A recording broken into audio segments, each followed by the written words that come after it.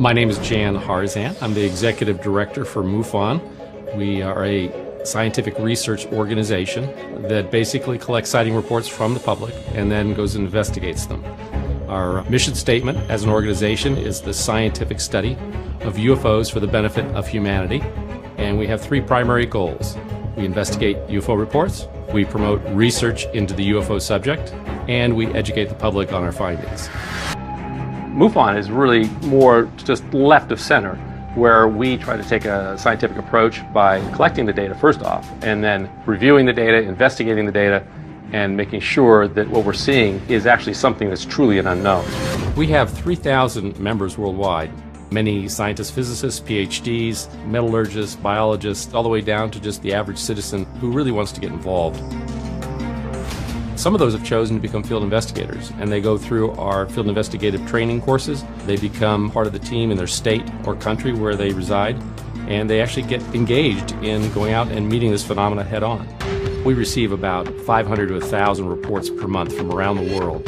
Field investigators will take the case, generally review it, try to come up with a hypothesis, checking star charts, and we'll go put an investigation in place to determine what exactly happened. We've recently formed a science review board, and that board is made up of scientists from around the United States and around the world to review some of our more significant cases and try to render an opinion on them. What we'd like to do is be more outbound, more outspoken in terms of the really true UFO cases.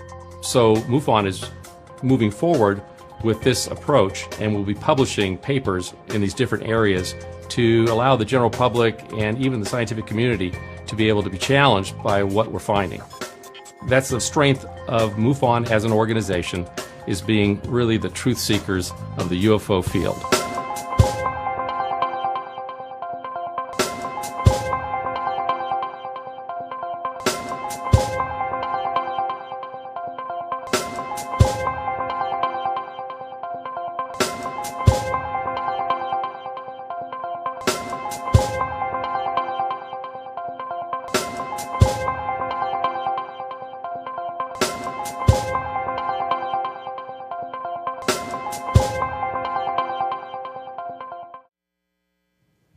Good morning, everybody. Our next speaker, Preston Dennett, began investigating UFOs and the paranormal in 1986 when he discovered that his family, friends, and co-workers were having dramatic, unexplained encounters. Since then, he's interviewed hundreds of witnesses and investigated a wide variety of paranormal phenomena. He's a field investigator for the Mutual UFO Network, a ghost hunter, paranormal researcher, author of 16 books and more than 100 articles on UFOs and the paranormal. His articles have appeared in numerous magazines, including Fate Magazine, Atlantis Rising, the MUFON UFO Journal, Nexus, Paranormal Magazine, UFO Magazine, Mysteries Magazine, and Ufologist, just to name a few. Here to talk about if there is an undersea UFO base off the coast of California, let me welcome Preston Dennett.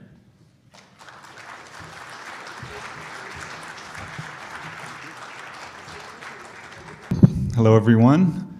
I want to thank you all for coming here. I want to thank MUFON and Jan Harzan and all the volunteers who make this event happen. I'm really excited about speaking to you today, and I've got a lot of information I want to share.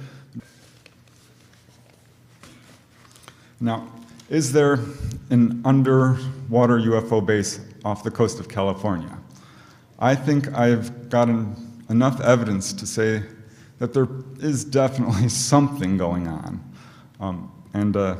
After I'm through with my lecture, you can decide whether or not I've persuaded you, but I'm astounded at what I've found after focusing on this particular area. As you all know, I'm sure, most of our planet is covered with water, and it's surprising that there hasn't been a whole lot of attention paid to USOs.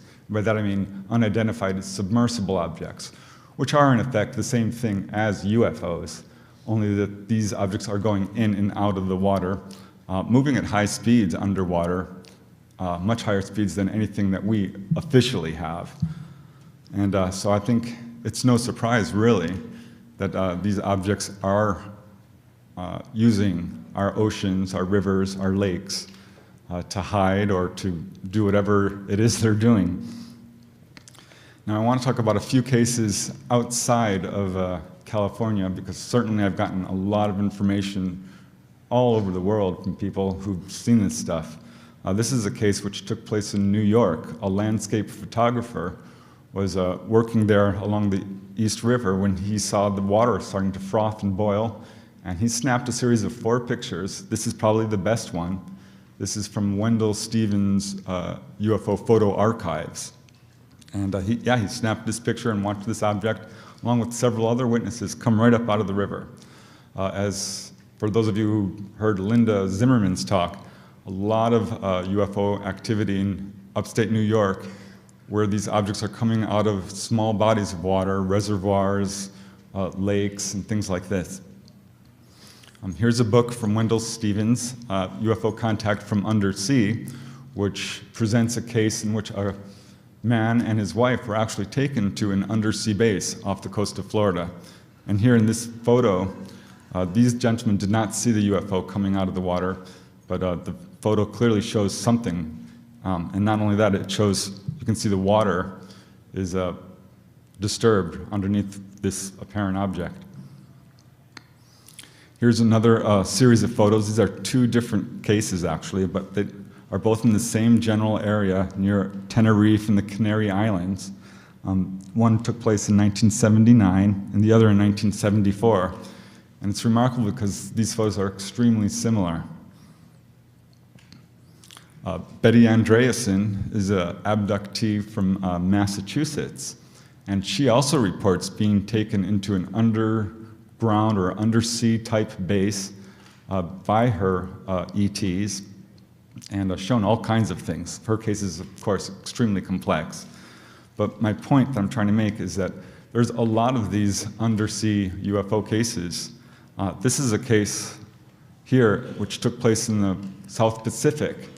There was a huge storm that caused one of the largest sea rescues up to that time.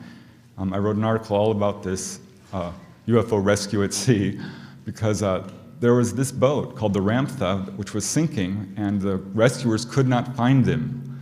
And right when this boat was about to sink, this very large glowing object appeared right above the boat and kind of targeted it. This allowed the rescuers to come right up to the boat and pull the passengers off. The object disappeared, and no sooner had they pulled these people off when this boat sank. So I thought that was kind of an interesting interactive case. This was a photo sent to me from a gentleman who was taking photographs of a sunset over New Jersey.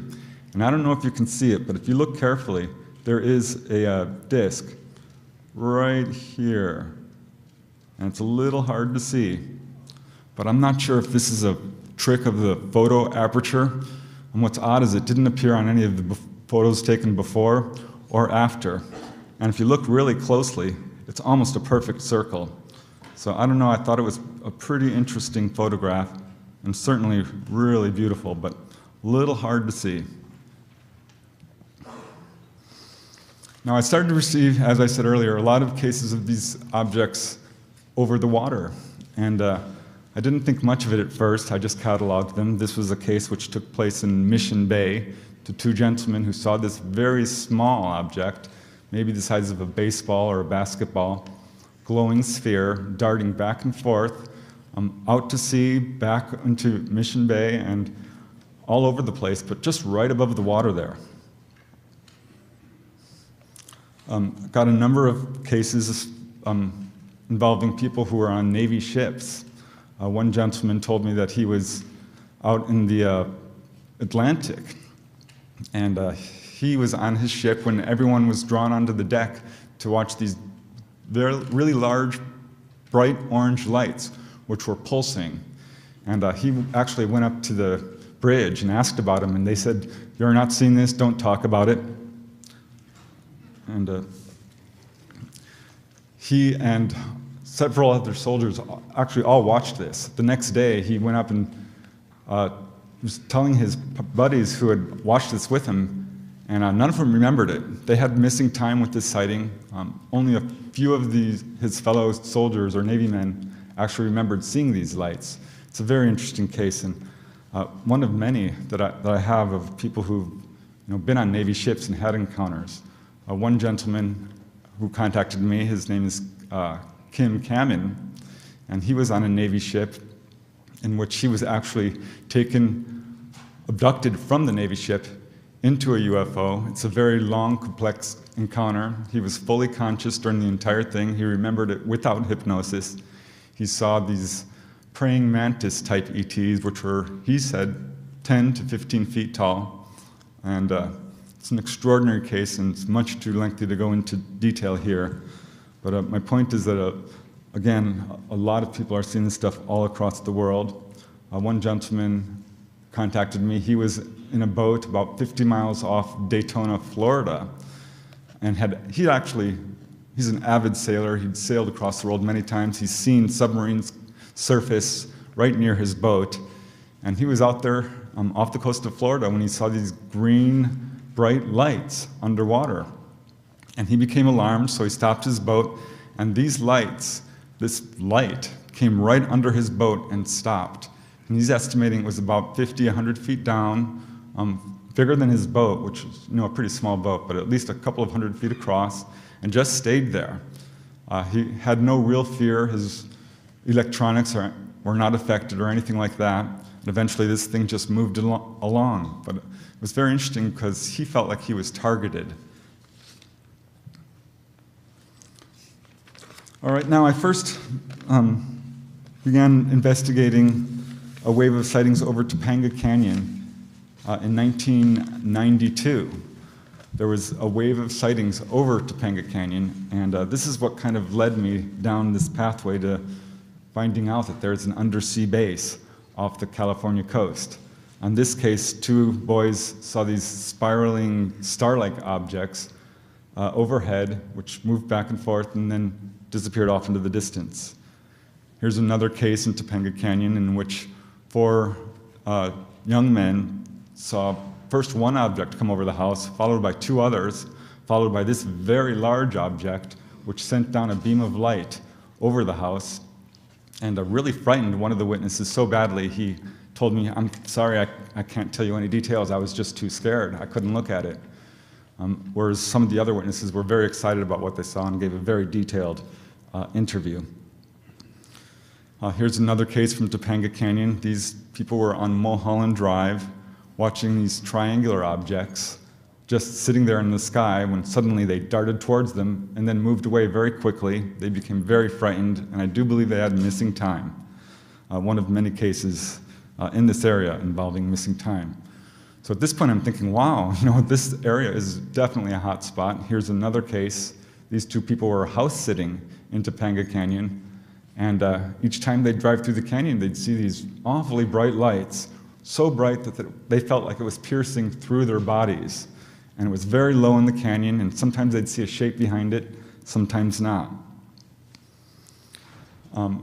Now, around this time is on June 14th, actually, in 1992, the police station at Lost Hills began receiving calls from people reporting UFOs in Topanga Canyon. At the same time, the local newspaper, The Messenger, also started receiving calls. And this was all on June 14th.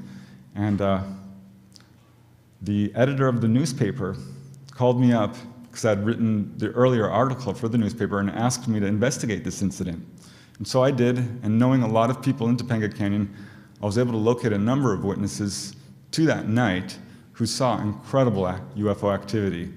And as the years have passed, I've located probably 30 or 40 independent witnesses in different areas of Topanga Canyon and the surrounding areas such as Santa Monica and Malibu, and even Woodland Hills, who saw activity that night. In this case, this drawing, again, is by my sister-in-law, Kisara. Most of the artwork you'll be seeing in my lecture tonight are from her. And this couple was driving through the canyon when they saw these objects very low, really actually below the canyon walls. And the husband turned to the wife and joked, says, "Look, there's flying saucers." And his wife looked and she gasped. She's like, "Oh my God, they really are." He was just joking. And turns and looks and sees that these objects have little lights all around them. They're totally silent, only a few hundred yards away, perfectly saucer-shaped, and are just traveling up through the canyon way lower than any plane possibly could. 4 people called the police that night. One couple said that they were chased down through the canyon. They got out of their car and saw 2 or 3 saucer-shaped objects which were hovering there and then quickly darted away. Another person said he was driving south through the canyon and he was followed by these objects, again chasing his car, all the way down to the ocean. Another person, a professor at Santa Monica College, who had just recently moved into the canyon, he moved out after this, woke up because his entire interior of his house was lit up. He and his wife ran outside, and there was a giant sphere of light hovering maybe 50 feet above their house. You could hear a low buzzing noise, and became very alarmed, called the police station, and reported their sighting. And this illustration here comes from another couple who had been eating down at a fish restaurant down on the coast, along with, turns out, another couple who called the police were at the same restaurant and had apparently left around the same time to drive up through the canyon. And so this couple was driving north through the canyon when they became very nervous because they saw this object following them. And the next thing they know, it's right over their car, it sends down a beam of light, it's lifting them up off the road. They had a period of missing time and got home much later that night, called the police in tears, just about panicking, saying, you know, has anyone reported UFOs? What's going on? We were chased by this object. It lifted us up off the car. I've never been so scared in my entire life. And the police said, no, nobody called us, which was a lie. I don't know why they did that, but all the witnesses asked the same question, and each time the police said, no, nobody called us. I later found out that the police were collecting about 200 to 300 reports per year, which I thought, no, that's way too much. I heard this from an eyewitness who was at a dinner party. And later, I talked to another person. She was describing her encounter, and she says, you know, I was at this dinner party where there was a guy in the police station, and they said they collect 200-300 calls per year. And so I got independent verification of it. So this is when I'm starting to realize this place is a real big hot spot. A number of photographs have been taken. This is by Steve Thompson, and he photographed this UFO over Topanga State Park, which is probably where a lot of this activity is most active. I've got a lot of cases of UFOs landing here, a number of abduction cases, lots of anomalous lights and things like this. I've collected probably 200-300 sightings over this particular area. And some of these were down by the coast. This is a sighting which took place on Venice Beach. The witness is actually a set dresser for Star Trek, and he was driving along the freeway, heading towards Venice, very early in the morning, when he saw this lighted object moving back and forth over the water, and he thought, oh, that's a helicopter. But it looked strange, and it started moving much faster than any helicopter would. And so he pulled off onto the beach, went through the Santa Monica Tunnel there, and pulled off on Venice Beach to examine this thing, and it came darting maybe 20 miles in one swoop and hovered right over the beach there, sent down this beautiful beam of light, he said, that had pastel colors in it, scared away a flock of seagulls, and he just watched this thing. He said it was like chrome, mirror surface, just absolutely shiny metal and really beautiful. Here's another case I got from a pilot and flight instructor who was flying over Santa Monica Bay when he saw this very large, glowing, red cigar-shaped craft. And he and his student are trying to identify this thing when they realize, you know, this is not a plane or anything that they're familiar with. And they're debating with each other whether they should call the Santa Monica airport and report this, when finally it disappeared. And he was relieved because he did not want to report the UFO. A couple of weeks later, his student came back and said, you'll never guess what happened. I was driving through Topanga Canyon when this glowing red object came swooping down and chased our car through the canyon. I've got about 10 cases of car UFO chases through the canyon. I'm not sure what these guys are doing, these ETs, or why they're chasing cars pell-mell down the road, but certainly a common type of UFO behavior we've seen in other areas. Started receiving more reports from the coast, Playa del Rey, Marina del Rey, Santa Monica. A bunch of people were seeing these red glowing objects. So I'm like, wow, you know, this is a new twist. We're seeing this stuff over the water here. And I started getting a lot of reports like this. So this is when I started collecting them. I had put a chapter in my book about underwater sightings, and that was picked up by a producer for deep sea UFOs. And they put me on their television show to talk about some of these sightings. And that brought more information. I wrote an article for Fate magazine outlining some of these cases, which also brought a new flood of cases. And since then, it hasn't stopped. I've gotten so much information that it's really mind-blowing. And I think I can present a pretty good argument that there is some sort of base off the coast here. Now, before I get into the actual underwater cases, let me tell you a little bit about some of the cases over the water, because there's just so many, and they stretch way back. Back in 1953, an engineer by the name of Frederick Hare and several others were on Santa Monica Beach when they saw literally a squadron of saucers, not one or two, but we're talking 20, 30, 40 of these objects performing maneuvers right over the daylight sky. This is not a nighttime sighting. And this went on for quite a while, and later that day the objects returned and performed more maneuvers for a period of about 10 minutes. A couple of years later, a group of fishermen, this was on July 10th, 1955, were off the coast of Newport Beach when they observed a blue-silver cigar-shaped object moving overhead at just a kind of a moderate speed, not very fast. And 2.5 hours later, another family, the Washington family, were sailing about 13 miles off Newport Beach on their way to Catalina Island. Now, Catalina kept turning up over and over again, and I soon began to realize this is where it was all centered.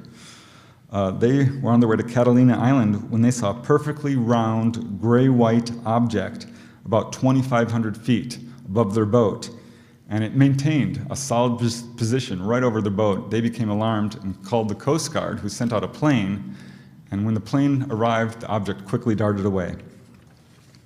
So a lot of cases like that. Here's a very interesting case of a landing right on the beach here. It's actually a really well-known classic case in the UFO literature in which a group of cars were driving along the Pacific Coast Highway in Playa del Rey when all 3 cars stalled at once.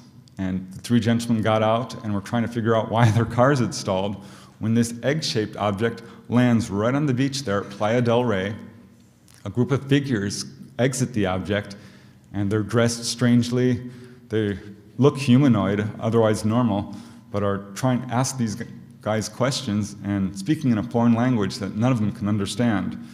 After a few minutes, they get back in the object, which takes off, and the gentlemen return to their cars, which are now functioning normally. And they report their sighting. Little do they know, at that time, there was a wave of sightings going on up and down the coast. About 10 hours later, a commanding officer and 12 airmen from an Air Force detachment in Long Beach watched 6 saucer-shaped objects darting across the sky. And 2 hours after that, officers at Los Alamitos Naval Station saw numerous objects. And at the same time, police stations throughout Long Beach received more than 100 calls from Long Beach residents reporting objects. So I think that gives some corroboration and credibility to the gentleman who saw this object actually land and saw figures come out of it.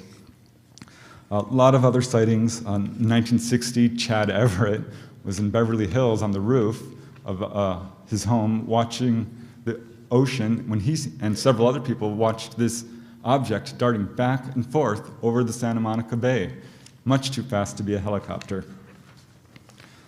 Bill Hamilton, who's been a researcher in this area for many years prior to me, uncovered a case involving a gentleman who was sailing from Catalina to San Pedro when he observed a metallic saucer with 4 hemispherical pods beneath it. In 1988, Kim Carlsberg, who has now written a book about her encounters, she had a home on Malibu Beach, and she saw this fairly tiny star-like object. Suddenly it comes zooming in, and it's right in front of her, right just a few, 100 yards away. Very, very bright light, about 50 feet in diameter, and hung about 100 feet outside of her window for more than a minute before it darted away diagonally up into the sky.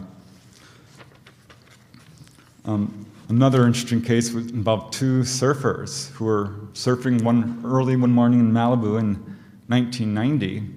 It was a very foggy morning, and they were just sitting there on their surfboards right next to each other waiting for the next set of waves, when in comes 2 saucer-shaped objects right out of the fog bank. They hover around there for a few minutes, dart back into the fog bank. They looked at each other and were like, wow, normally don't see that sort of thing. So yeah, a lot of cases. 1993, witnesses on Laguna Beach observed an oval metallic object about 15 to 20 degrees above the ocean, hovering near or just beyond Catalina Island, and it was darting around for several moments, turning, and then finally moved away. On 2001, passengers on a sailboat just east of Catalina Island were watching the stars and observing the night sky when they saw a very bright object with a row of pulsing pink or lavender lights beneath it. And it came up from the south, stopped, and as they watched, another object came and started zooming around it, and both then took off and disappeared off towards the northwest. In 2002, more than 40 people at Toyon Bay on Catalina Island observed a triangular formation of lights. It was several times larger than the full moon, and it was just cruising out slowly towards Avalon Bay and out to the sea. And it was close enough where they could actually hear a low humming noise. Another case in 2003, a married couple was sitting on the bow of their boat right off Catalina Island watching the stars when they saw a huge triangular-shaped object with red flashing lights move across the sky, go up into the cloud layer, and disappeared. They heard no sound from it, but they believe it was many times larger than a commercial jet, so a pretty big object. And I could go on about these types of sightings, but for me the most interesting and what I want to talk about here are the underwater sightings. And so I started to catalog all these underwater sightings I was receiving, and they came into this general area that you see on the map, stretching pretty much from the Channel Islands, Santa Barbara, though some farther north than that, all the way down to Palos Verdes, San Pedro Seal Beach, in a few cases all the way down to San Diego. But this particular area in the Santa Catalina Channel is where most of this activity seems to be centered. So I'm thinking, why? This is odd. Why are there so many reports? Let me see. Probably the earliest reports I could find date right back to the modern age of UFOs in 1947. And it's really interesting because there was this bizarre thing happening up in San Francisco Bay where a bunch of ships, commercial ships and fishing ships and all kinds of boats were reporting this undersea reef, or this mass that kept moving. And this was, of course, very dangerous for shipping.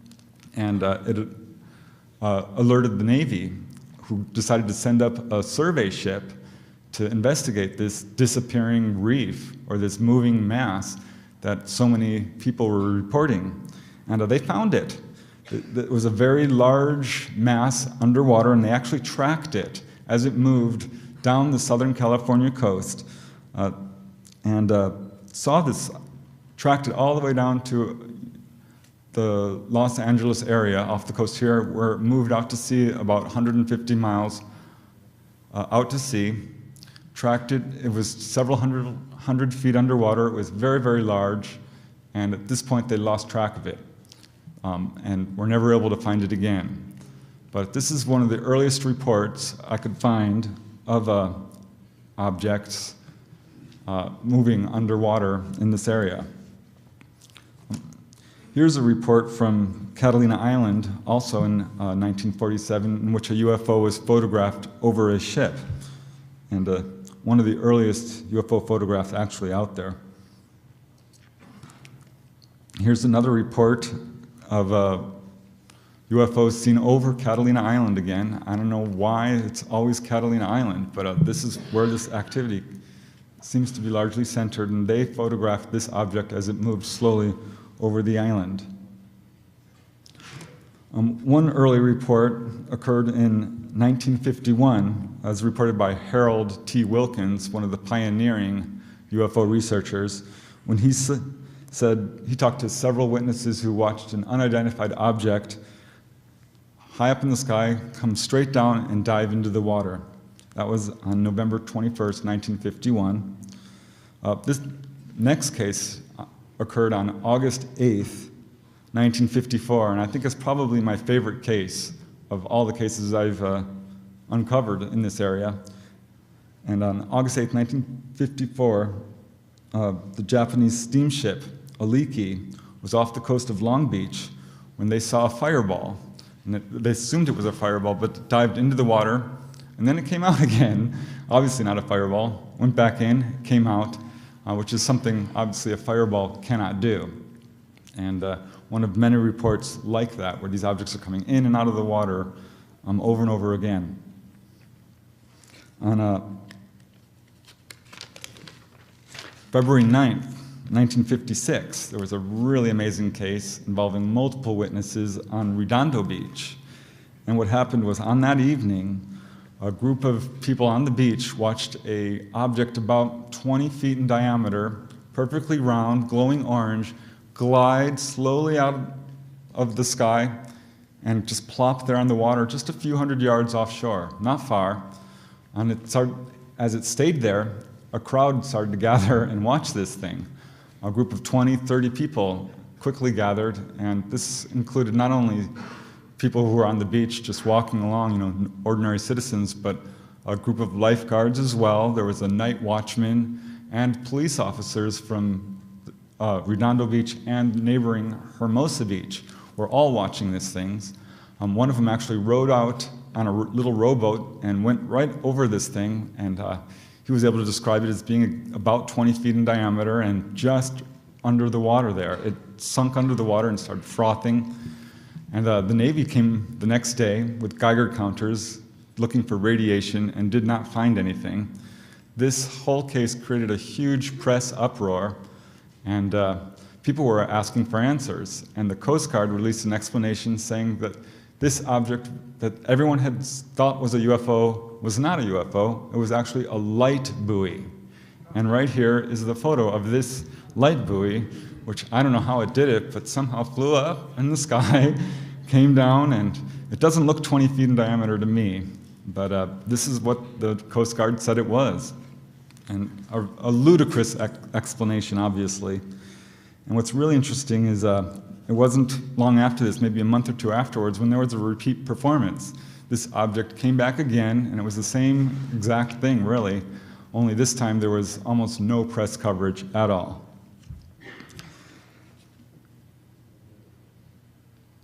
Now here's a very interesting case, and one of the few cases involving occupants. And this occurred on July 28th, 1962, when the captain of a chartered fishing boat observed what he initially thought was a submarine, except it had a very odd aft structure. And as he looked, he could see these figures on the deck there. Several were dressed in white pants and black shirts. One had a sky blue full-body jumpsuit, but otherwise looked like normal people.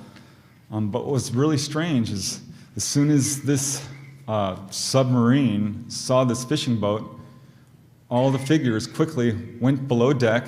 This object turned and headed directly towards the fishing boat as if to ram it.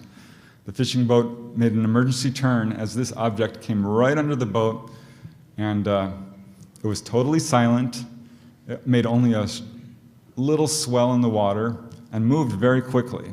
He was obviously very alarmed and contacted the military, who was very interested in the sighting, and showed him silhouettes of various submarines, including German, Russian, Japanese, and so on, US submarines, trying to identify this submarine that he saw.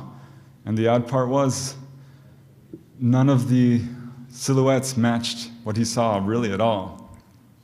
Jim and Coral Lorenzen heard about this case, and they are convinced it was a UFO simply because of the strange shape of the object and the fact that it made no sound. But I would add to that the strange behavior of the object, or the submarine, in which the men, as soon as the boat is visible, all dive below deck, and this object nearly rams this small fishing boat, which is obviously not normal submarine behavior. So I don't know. It's an interesting case and sort of an outlier. There's not a lot like it, but so many other bizarre cases. This is a photo of Avalon Bay and Catalina Island, again, where a lot of these cases are taking place. Let me tell you about a few other cases. On February 5th, 1964, 11 passengers of the Hattie D had to be rescued by the Coast Guard after they saw, or after their boat was struck by something metallic, they said. They don't know what it was, they didn't see anything, but something struck their boat and sunk it. And the crewman says, I don't care how deep of the water it was, but what holed us was steel and a long piece, and there was no give at all. So this could very well, they could very well have collided with a UFO, and certainly not the only case like that. There are a number of cases involving aircraft which have collided with UFOs, and for that matter, automobiles. So it's not that unusual, but it's one of the only cases I've found in which a boat actually collided with a UFO. On December 2nd, 1965, Miss Irwin Cohen and her son observed a glowing red object descend into the waters off San Pedro, setting up a big cloud of steam. And they were able to snap a few photos, which didn't come out that well, and they assumed that this was some sort of Navy missile or something. There is a naval base not far from where all this is going on, Point Magoo. And I'll talk a little bit about that later, but I'm pretty certain that the people at the naval base must be aware of what's going on because it's right in their backyard. I don't think they're responsible for it, simply because of the way these UFOs are so brazen, hovering right over boats, right under boats, targeting various boats. So I don't know, it's hard to say, but I'll talk a little bit more about that later. I did get contacted by one gentleman who says that he saw a UFO hovering in Avalon Harbor here, and that there was photographs taken of it, but he was not able to locate the photograph, which I think what he's talking about is this photograph here, which is obviously a human-made boat, but it's interesting because it's perfectly saucer-shaped and looks exactly like a lot of what people are seeing in this area. And I don't really have any other information about this particular boat, but I thought it was interesting, and I was really happy to find this photograph because I was getting a lot of inquiries about it.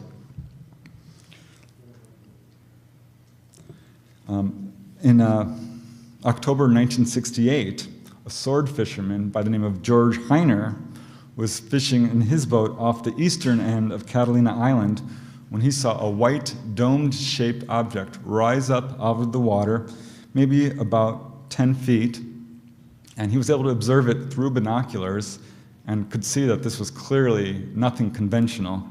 And it just kind of hovered, went back into the water, came out, went back in, and very bizarre behavior, but this is what these objects are doing. In 1969, a gentleman by the name of Paul Allione, he contacted me after hearing about my research from Fate magazine, And he said that when he was a child, he was playing with his walkie-talkies off the coast here when he intercepted messages coming from apparently a radio conversation coming from the boats down in the water there, and he overheard an adult male saying, "I don't know what the hell it is. It's just sort of floating 200 yards off my bow," and they went on describing this bizarre object that was floating there in the water. And the next day, there was all these UFO sightings reported to the news. It was on TV, and they described it as stars and normal things like that, balloons. And he's convinced that he actually intercepted the conversation of these Navy guys who were watching this object right off the coast here. In 1976, a witness was sitting along Sunset Beach when he observed a single white light moving along at about an altitude of 600 feet, very low. It suddenly assumed a 45-degree angle, diving downwards, and went straight into the water. I've got so many other cases. One really interesting case occurred in 1980s to a gentleman who prefers to remain anonymous. He's a senior electronics engineer, and he owns a fully equipped boat. And he was driving his boat, sailing between Santa Barbara Island and Santa Cruz, when he saw this fluorescent green colored light ahead of him. He assumed it was a boat and that they were on a collision course. It was kind of a foggy day. So he did the smart thing. He turned off his boat and turned on his lights and waited to see if this object was in fact coming towards him, which it was. And as it got closer and closer, it was coming directly towards him, and he realized it wasn't a boat at all. It was underwater, and it was this just bright, bright green light. And it came closer and closer and closer, as if targeting him, and came right under his boat. And when it came right under his boat, he says it looked to be at least 300 feet in diameter, and his boat is 38 feet. And he started taking readings with his depth sounder and determined that the object was about 100 feet below his boat. But at this point, his depth sounders quit functioning, as did his compasses, which started spinning. One spun so badly it actually broke off its mountings. His entire electrical system failed, and he became extremely frightened. He says it was actually one of the most frightening experiences of his life. And he was just waiting for this thing to leave, which it finally did, but left him pretty traumatized. As he says, it was weird. I was just too petrified to move. So more cases. Here's a case uncovered by Bill Hamilton in 1989 off the coast of Marina del Rey. In fact, at the place where the Marineland used to be located. And he said in 1989 and again in 1990, groups of witnesses watched objects moving above the water and also underneath the water, as if moving in tandem. This is something I've heard a few times, where there's objects below the water and objects right above them, and they're moving together, back and forth. And he saw, or these witnesses saw, one very large object which started emitting smaller objects. The large object was about 100 feet in diameter, perfectly round. And the others were much smaller, 10 to 12 feet. And they would move underwater, maybe about 500, 1,000 feet off the Abalone Cove here. And every now and then, some of these underwater objects would come out of the water and then go back in and eventually moved away. And occurred several times, and one time a group of witnesses was there and said that they were chased away from this area by plainclothes gentlemen who claimed to be from some government agency and told them that they were trespassing and that this area was forbidden and they shouldn't be watching this stuff, and basically just chased them away from the area. Another case occurred in 1991 when a gentleman who lived on Malibu looked out towards the ocean and saw what he thought was a boat on fire. He called the Coast Guard and they said, "No, we have no reports of any boat on fire. You're probably watching some squid fishermen or something who use bright lights." But he's lived there for many, many years, seen all kinds of boats, and there was nothing like this. He said it was prismatic, it was absolutely beautiful, it was a very, very bright light, and eventually just snapped out.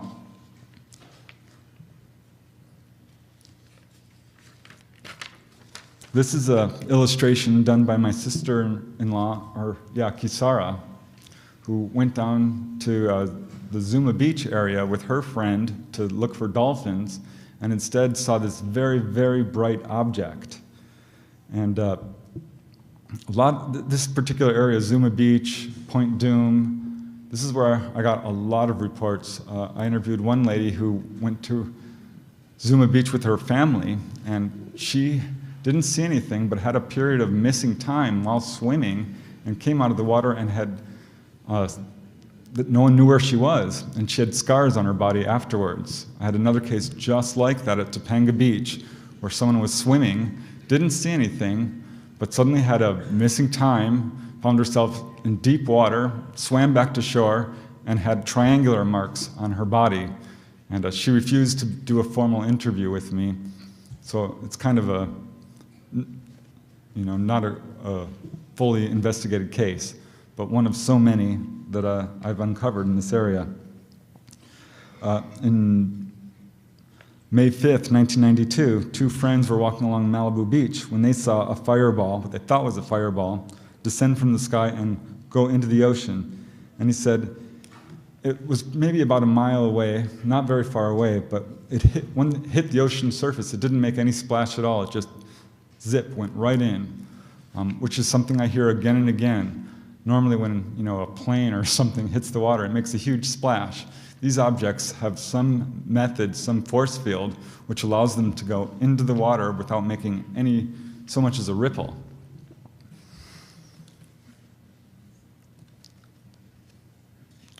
Another case I'd like to talk about is when two men who were near the coast of Palos Verdes at night saw several glowing discs floating in the water, and one of the witnesses was so impressed by the sighting, he returned later and saw them again. Only this time he saw several black helicopters which were hovering over the area, and he said he was approached by government agents who told him in no uncertain terms that this area is off limits and that he should not be watching this.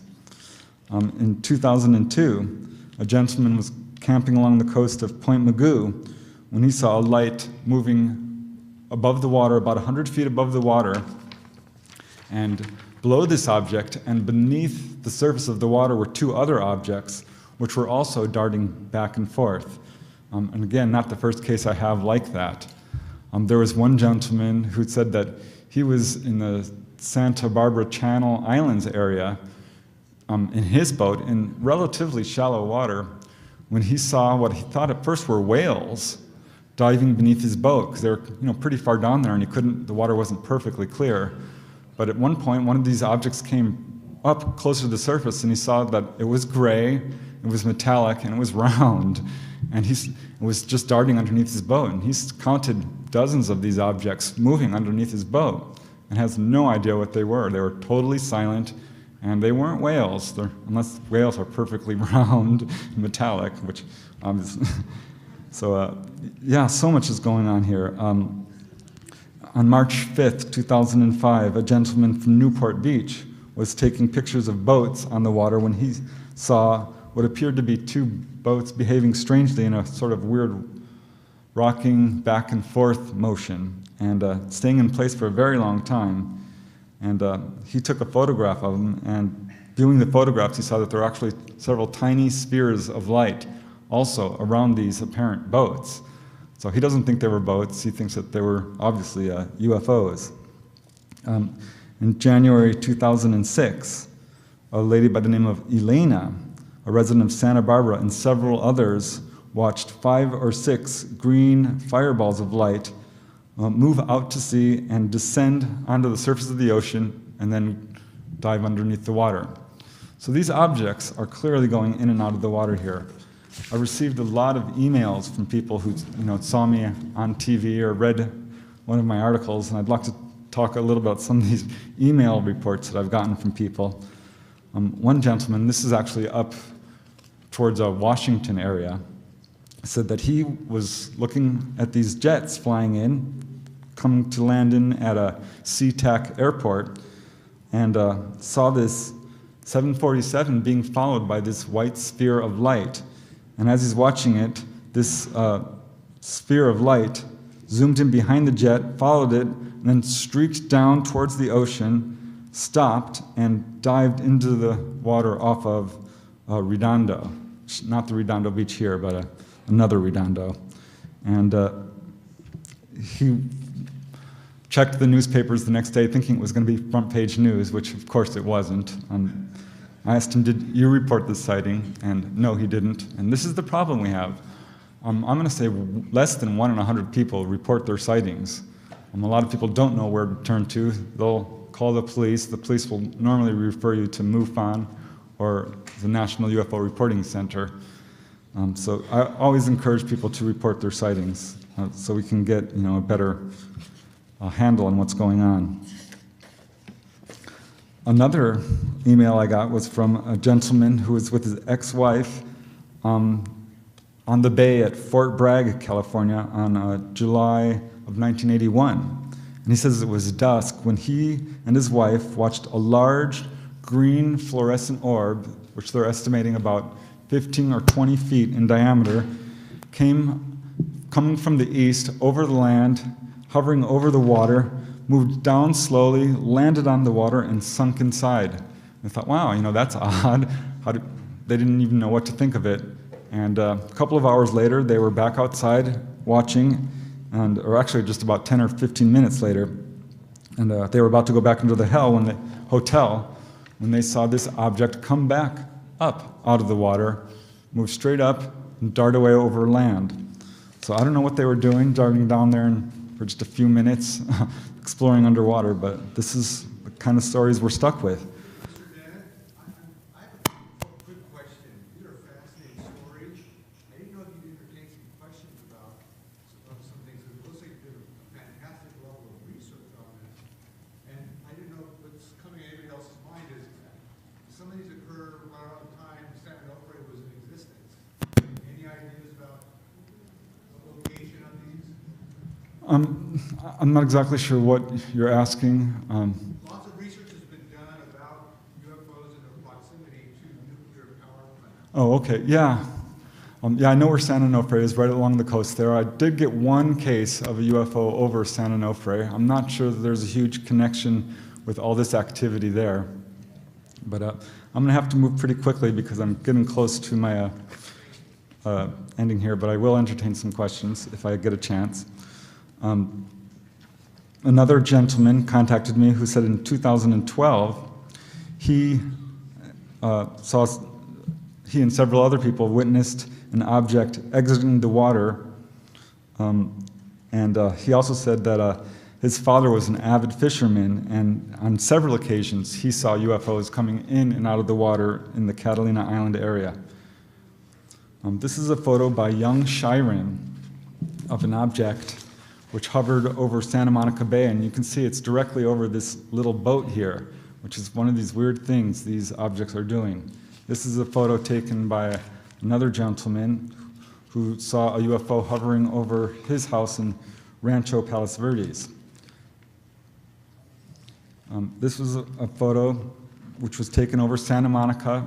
It's one in a series of 4 photos, and you can see the Santa Monica Bay right off right off in the distance there. This was a photo of the gentleman in the black shirt. His name is David, and the guy in the red shirt is Jonathan.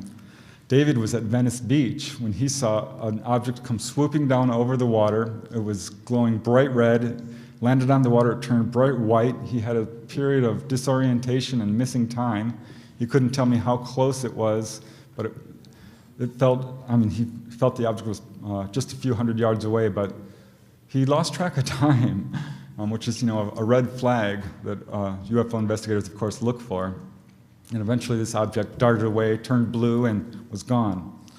The gentleman here on the right, he was on Catalina Island in 1980 with a group of 11 people. They went there every year to camp out, but on this particular year they had an extraordinary experience in which they saw a group of lights between them and the mainland, And these lights started emitting other lights, which started darting around, which swooped in, came over their campground, and started going around them, sending down beams of light. They had several cameras, flashlights, and things like this. Every single electronic thing they had failed. All their radios, all their flashlights, all their cameras. This is a group of 11 people. They became very alarmed. A few of them became so scared they panicked and ran from the campground down the trail. One person ran off to the edge and started vomiting in fear. And they were extremely traumatized. Interestingly enough, two of these people became very famous. One's a famous actor in a science fiction franchise movie, and the other is a famous sitcom actor whose names you definitely recognize. Unfortunately, they have declined to be interviewed and don't want to talk about it. I was able to interview only 3 of the 11 witnesses to this particular incident, and from what I learned, I do believe that they had a mass abduction. This is a photograph I took, and if you look carefully, you can see a little strange light right there, and which I didn't see at the time. This is during the filming of Deep Sea UFOs with the History Channel, but I held up the camera. I'm like, all right, if you're out there, show yourselves. And I clicked, and I didn't see anything, but that little speck of bright light, and here's a blow-up of it. I don't know what it is, but I've got a couple of photos like that. Now let me get to the conclusion of my talk and why I think that there's a base. And I want to go back to this wave of sightings over Topanga Canyon in 1992. I interviewed a lot of people. One group of people I interviewed were driving south through the canyon. They saw a large mothership, and it was surrounded by 20 or 30 objects which were moving in and out of this craft. And they watched it for 20 minutes, a half an hour, before they became tired, and the people, his passengers, wanted to leave. He wanted to stay and continue watching it, but they insisted on leaving. I think that probably they were a little frightened, and they left. But I found one couple who live on Saddle Peak, which is perhaps the highest point in this area. It overlooks not only Los Angeles and the San Fernando Valley, but the whole coastal area. And they were drawn outside their home around 8 p.m. that evening by a group of objects coming up from below. Normally when someone sees a UFO, it's coming from above. They saw these objects coming up from behind a ridge towards the ocean, not 1 or 2 objects, but 10. And thought, wow, that's bizarre. Wonder if there's some sort of Air Force activity going on. And they went back inside to continue watching their movie. When about 10 minutes later, there was more flashes of light. They ran outside and watched a group of 10 or 20 objects again come up from behind the ridge. And when it happened a third time, the wife said, you know what, I'm going to start counting these. And she had counted about 20 or 30 up to this point. This went on all evening, 10 or 20 or 30 times. By the time it was done, it was 11, 12 p.m. They were both thoroughly traumatized. They called the police the next day. She counted, she says, 200 objects. The husband said, no, it was only 100. I had to laugh out loud, because that's still way too many, right? And they were very alarmed. They had no idea what these things were. They were sure at this point that it wasn't military, because a few of these objects came and hovered right over them, and they could see that they weren't perfectly circular. They were in fact more elliptical and had a weird kind of a sine wave or a mathematical symbol on the bottom. And so they saw this whole event happen. And years later, I was contacted by another gentleman who was in a different location on the other side of this ridge, which they were looking at, and he said he saw these objects coming up from the ocean area. There would be this bright flash of light, and 10 or 20 objects would come out of this light, and right down there towards the ocean. So I'm thinking, all right, now I'm getting closer to what's going on. I later located another witness who said he was down at Venice Beach on that evening when he suddenly heard what he thought was a waterfall. Turning around, looks at the ocean, sees this giant stadium-sized craft rising up out of the water. He says there was 20 or 30 other people there. And water was just pouring off the sides of this thing like a waterfall, creating this huge sound. And not only was there this one large object, there was dozens of much smaller objects, which he's described as spherical or saucer-shaped, darting around. And this thing moved up and moved off to the north, going up the coast there. So this is another case I have involving not 1 or 2 objects, or 10 or 20, but more. So I'm thinking, what is going on here? Here's another case involving multiple objects. This was 1 year later, during the midst of this whole UFO wave, when Judy, is her name, from Malibu, started seeing these clusters of objects coming in from the Catalina Island area. And not just 1 or 2, but dozens of these things. And she snapped a number of photographs, and this is probably the best one. Unfortunately, this is in black and white. If you could see the color one, you'd see that each of these objects is surrounded by a glowing red aura of some kind. And I think this is exactly what all these other people are seeing. I've talked to so many people who are seeing stuff in this area. God, I'm forgetting some really good reports. There was a gentleman who was in the Navy. He was posted on the far side of Catalina Island when suddenly the entire ship went on lockdown because there was these very bright pulsating objects right off on the horizon line there. He ran up to the ship and says, "What's going on?" And they said, "Get away from us, we're trying to figure out what's going on here." And they were not appearing on radar, but the whole ship saw it and really upset the entire crew.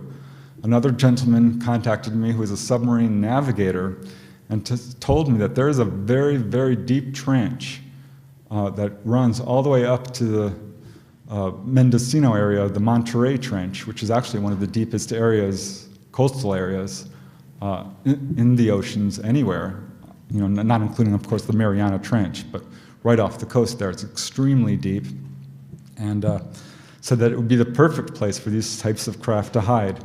I talked to another gentleman who was in a convoy of boats, 2 boats, that they were ferrying up the coast for their client. They were taking these boats up north.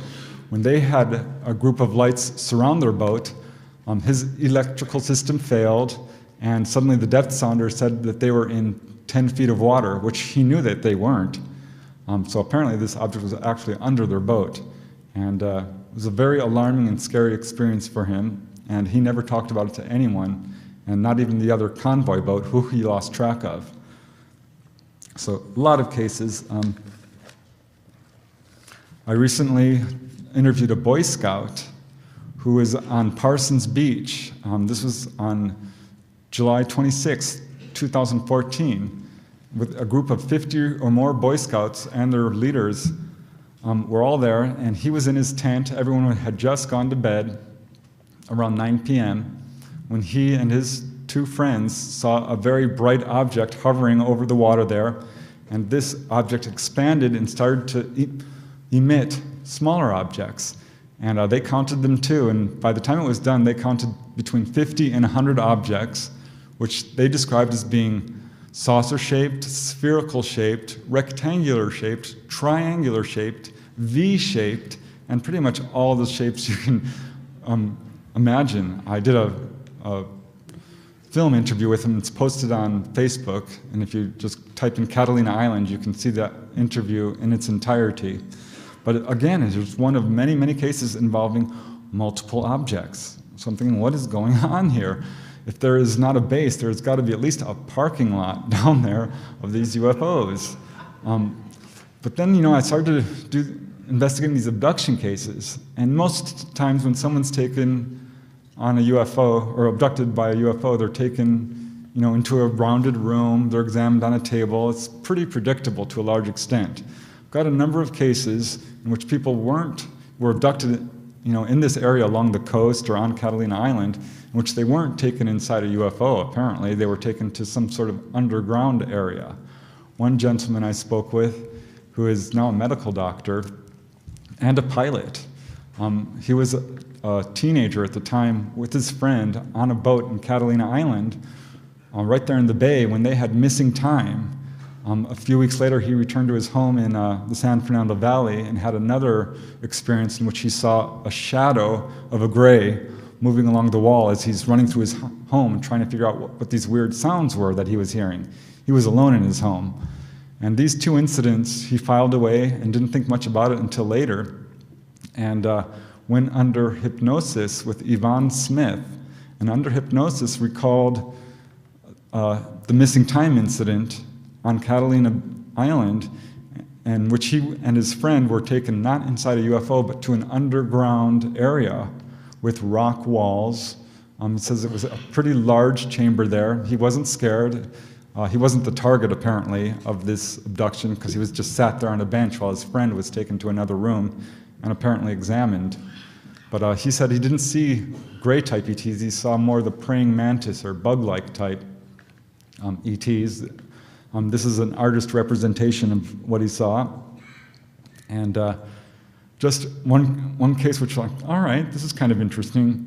And then there was another case involving Kim Carlsberg, who had seen a UFO earlier over Malibu and started having abduction experiences following that sighting. On one of her abductions, she was not taken inside a UFO. She was taken into an underground area. She said it was a vast auditorium-like area. And she saw not only grays and other types of ETs, but lots of humans as well. And there was another two people in the Santa Barbara area, two ladies who were driving along the coast. When they had a missing time experience, and under hypnosis, they also recalled being taken to an underground base area.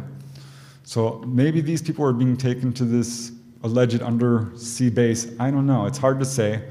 But as I said earlier, normally when I interview someone who's had missing time or been taken on board, they're taken inside a UFO. And I've got a number of cases where that's just not what's happening in this particular area. The sightings are still ongoing. Up at Point Magoo, there's a number of regular sightings going on. I know that there's two ladies in Palos Verdes who are having UFO watching parties because they watch this little object come out of the water at the same time every evening and bring their friends over and they all watch it. And at some point it stopped. And there's another person I interviewed who said that she was on a boat going to Catalina, and this object, these glowing objects appeared underneath the water and were circling around the boat. So another case involved people who were on the Flying Fish tour on Catalina Island when they saw an object underneath the water, a lighted object.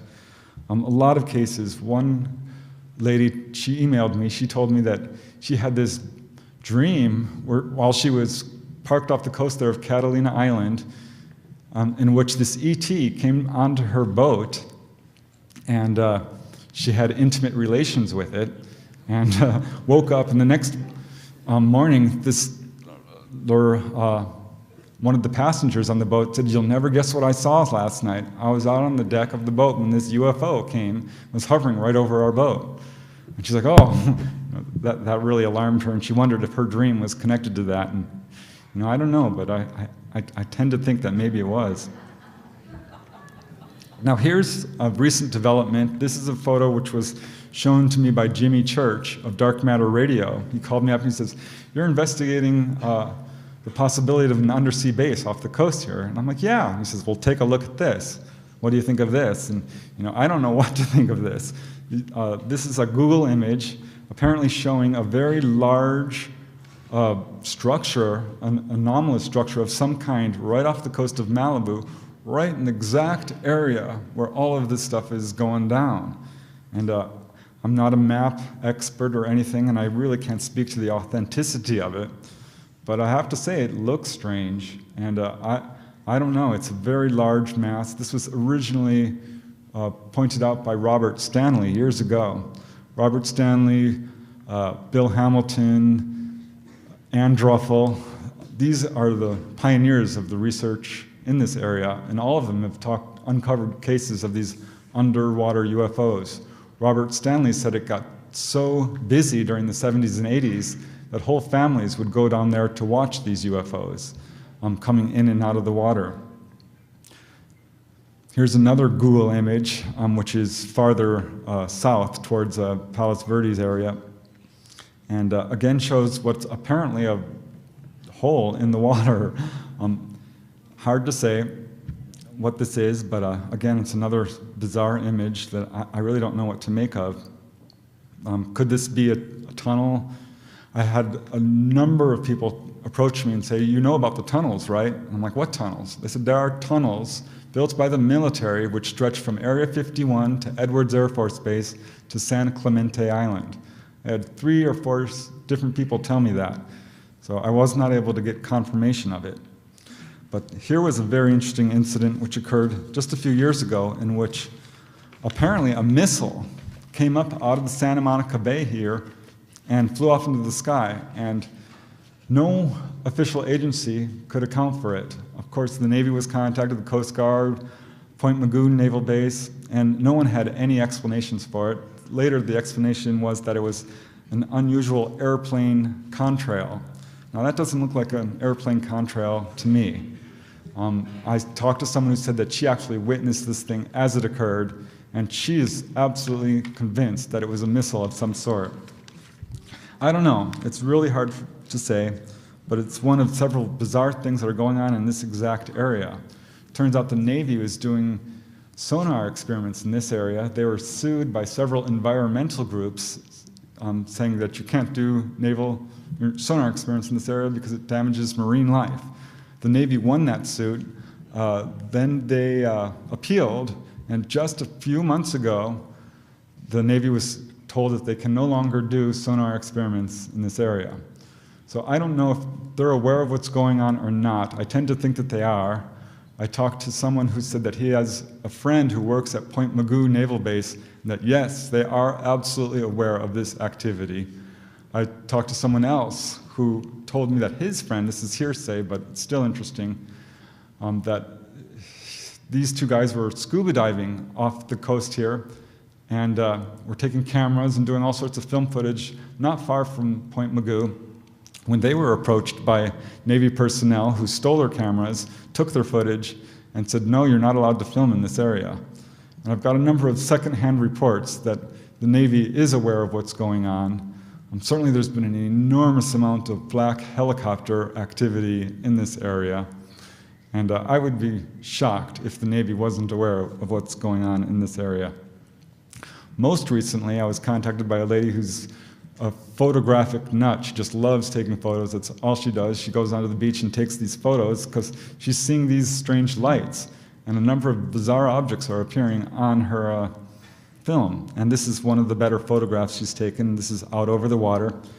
Here's another she took, a series actually, of a couple of photos over Zuma Beach. She didn't see anything. There was a lot of people. It was a crowded beach. And yet this photo, apparently these photos, which were taken right after another, apparently show this large cigar-shaped object coming up out of the water.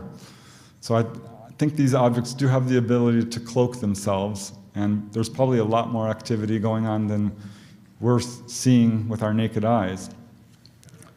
But that's basically my lecture. I want to thank you all for coming, and I think that the activity is not going to stop. I don't think the UFOs are going to go away, and sooner or later the truth is going to come out.